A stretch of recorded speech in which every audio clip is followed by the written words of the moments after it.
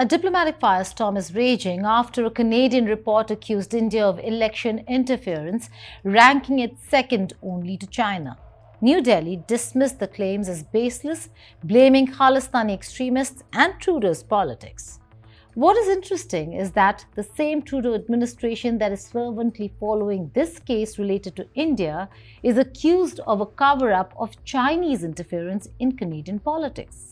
With tensions already high and ties with India at an all-time low, is this double standard in Canada's foreign policy?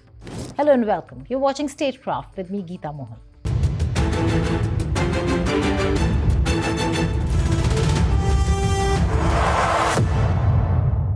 The controversy began when Canadian intelligence leaks suggested that foreign governments had been meddling in the country's electoral process.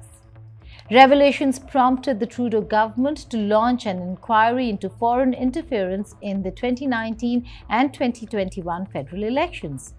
Justice Hogue was appointed in September 2023 to lead the investigation, culminating in a report released on the 28th of January of 2025. The findings were damning. The report identified two major players in foreign interference, China and India. While China was labelled as the primary actor, India was ranked second. It was alleged that India had used diplomatic channels and proxy agents to influence Canadian elections, allegedly financing candidates across party lines. However, while the report insists that foreign interference did not change election outcomes, it raises concerns over eroding public trust in Canada's democratic institutions. The report recommends bolstering safeguards against foreign meddling, particularly from China and India.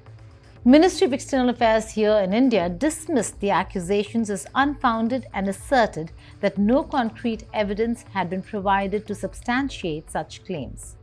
Indian officials emphasized that these allegations could stem from anti-India extremists and terrorists based in Canada, whose motives could be to disrupt bilateral relations between India and Canada. In a counter-offensive, India accused Canada of fostering an environment conducive to illegal migration and organized crime, asserting that this situation has allowed extremist elements to thrive, which poses a threat to India's national security. Ministry of External Affairs in India highlighted concerns about the rise of Khalistani separatism within Canada, viewing it as a direct challenge to India's stability. The Canadian report indicated that India perceives supporters of Khalistan as seditious threats, blurring the lines between lawful political advocacy and violent extremism. The rejection of the report is part of a broader diplomatic dispute that has seen relations between the two nations sour dramatically in recent years. Tensions peaked in 2023 when Trudeau publicly accused India of involvement in the killing of Hardeep Singh Nijjar, a Sikh separatist leader in Canada. Work behind the scenes to try and get India to cooperate with us. Their asks of us was, well, how much do you know? Give us the evidence you have on this. And our response was, well, it's within your security agencies. You should be looking into how much they know. You should be engaging. It's, oh, no, tell us what you know. Show us the evidence. And at that point, it was primarily intelligence, not hard evidentiary proof. So we said, well, let's work together and look into your security services, and maybe we can get that done. No. I think it is obvious that the government of India made a fundamental error in thinking that they could engage in supporting criminal activity against Canadians here on Canadian soil, whether it be murders or extortion or other violent acts. It is absolutely unacceptable for any country, any democracy that upholds the rule of law. That is why we have taken such significant measures, why the RCMP chose to come out today and disrupt the pattern of Indian diplomats collecting through questionable and illegal means information on Canadian citizens that were then fed to criminal organizations that would then take violent actions from extortion to murder against Canadians. No country, particularly not a democracy that upholds the rule of law, can accept this fundamental violation of its sovereignty. Canada fully accepts and respects the sovereignty and the territorial integrity of India. We expect India to do the same. In this case, they did not. This accusation marked a critical point in Canada-India relations and triggered a series of diplomatic retaliations from both sides.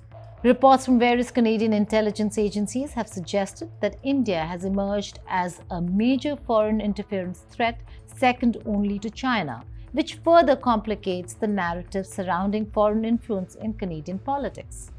New Delhi has consistently refuted these claims, instead pointing to what it sees as Canada's double standards, shielding Chinese interference while amplifying allegations against India. The elephant in the room is China's overwhelming influence in Canada's political landscape. The report unequivocally names China as the #1 foreign actor interfering in Canadian elections. Yet many in Canada argue that Prime Minister Trudeau has not done enough to address Beijing's influence. Critics accuse Trudeau of attempting to divert attention away from China's electoral meddling by placing disproportionate focus on India. The Trudeau government has faced mounting criticism over its handling of Chinese interference. In April 2024, Prime Minister Justin Trudeau appeared before the Foreign Interference Commission, testifying on the extent of foreign meddling in Canada's electoral process. While Trudeau admitted that China attempted to interfere, he insisted these efforts did not influence election outcomes. The revelations that the communist regime in Beijing has targeted for influence and supported Justin Trudeau over a decade are massive. Even more massive are the continuing revelations that the regime interfered in 2 successful elections, and finally, that Justin Trudeau knew about all of this. He knew that the regime in Beijing was directing funds to the Trudeau Foundation. He knew that there were supporters of the regime who attended fundraisers at which he was present. He knew through briefing notes that he has received and that his office has been provided, showing the massive interference in both the 2019 and 2021 elections. And what did he do about it? One thing. He appointed a panel and had a report written by someone who is the former head of the Trudeau Foundation, a foundation which received $200,000 of money directed by the regime in Beijing. That's it. No foreign influence registry, no laws to protect the Canadian diaspora community, no laws to shut down the police stations run by foreign governments, no action against foreign interference, and no effort to inform the Canadian people that all of this was happening to our democracy. Justin Trudeau has done nothing but try to intimidate members of CSIS, try to attack the courageous whistleblowers in our intelligence services who've been attempting to speak out. They must, by the way, be very desperate to get the truth out because they are so concerned at Trudeau's failure to respond after years of him being aware of this foreign interference. They would not be bringing all of these details to public light if they were not very concerned about the Prime Minister's personal behavior on this file and his unwillingness to protect Canada's national interest and security. So Conservatives are announcing today we support an independent and public inquiry on the following conditions. One, it has to be independent. All parties in the Parliament must agree on who the commissioner is. We cannot have yet another Liberal crony named to head up this inquiry. Someone who's been a head of the Trudeau Foundation, for example, would not qualify as independent. Two, it has to be public. We can't simply bury it behind closed doors and have it in secret while Canadians are left in the dark, potentially with another election interfered in before the results of the commission come out. The results of the commission and the regular testimony must be public. But the evidence presented by the Canadian Security Intelligence Service suggests otherwise. The intelligence agency has documented multiple instances of Chinese interference, painting a picture of a systematic effort to influence Canada's democratic process.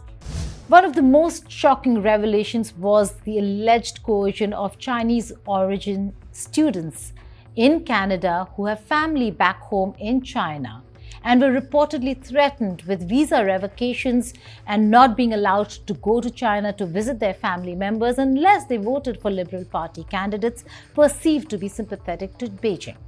Amid mounting pressure, Trudeau's government has been accused of deliberately downplaying China's role.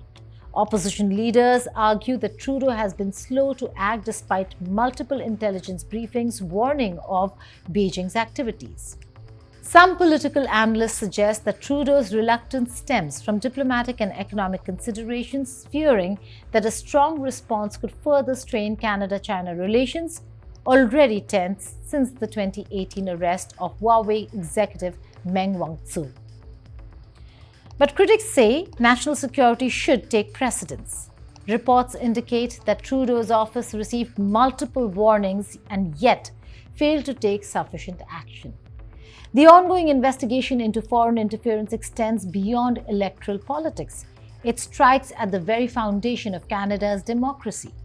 Opposition leaders are now calling for tougher measures, including stricter laws against foreign funding and increased intelligence oversight. It's a glaring diplomatic double standard that raises serious questions about the credibility of Canada's foreign policy. Why does Trudeau's government hesitate to take a firm stand against China, yet move swiftly to accuse India? When Beijing interferes in Canadian elections, intimidates dissidents, or operates secret police stations on Canadian soil, Ottawa responds with caution, hesitation, and often silence. But when it comes to India, Trudeau's government is quick to point fingers, escalate tensions, and make bold accusations with little restraint. This imbalance isn't just inconsistent, it undermines Canada's global standing and raises doubts about its commitment to fairness, sovereignty, and the rule of law. The fallout from this report adds another layer of strain to India-Canada ties, already frayed by past controversies. Trade talks have stalled, security cooperation has weakened, and diplomatic relations remain tense.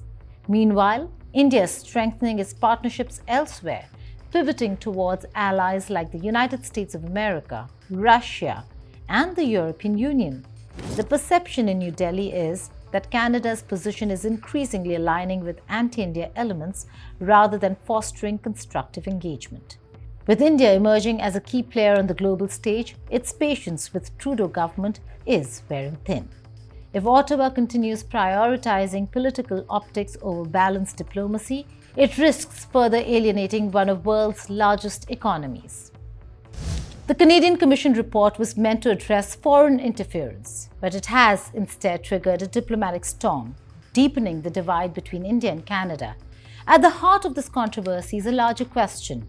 Is Trudeau government genuinely committed to tackling foreign influence across the board, or is it selectively amplifying certain threats for political gain?